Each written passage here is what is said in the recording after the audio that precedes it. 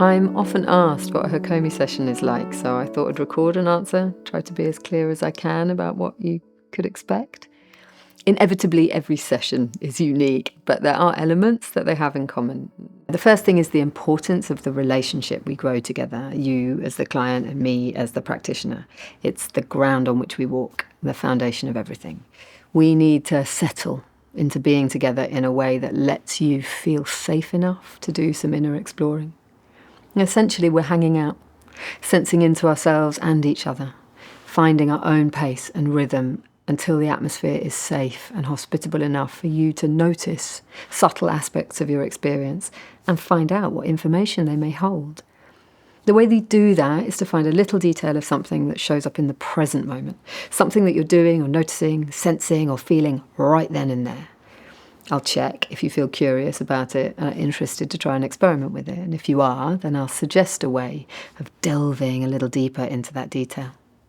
Could be a facial expression, a gesture, some tension in your shoulders, holding of your breath. Could be something you're doing with your gaze, maybe an inner voice you're hearing. Whatever it is, the experiment will have an intention to help you to find out more about what is going on inside you in that moment.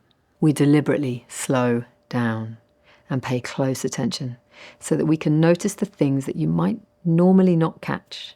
And I'll be there gently supporting and inviting that attention. Maybe that nothing happens, but it may be that something spontaneous occurs within you. An emotion might arise, or a memory, or maybe some words pop into your head, or sensations in your body. And together we continue to follow what's happening in the moment, seeing if perhaps you're surprised by what you find within.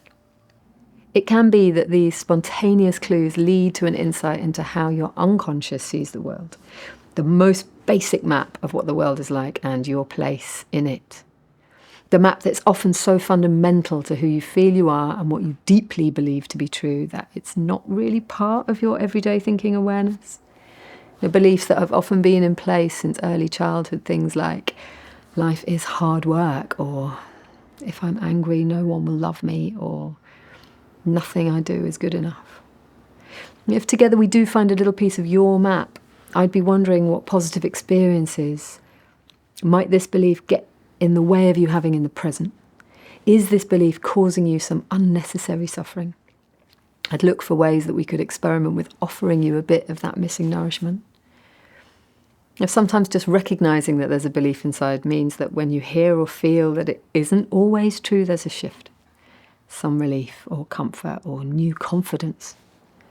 It is hard to put into a few short words what Hakomi's like, but I hope I've captured something of its approach. It's certainly been profound for me, and I'm really delighted to be able to offer it to others.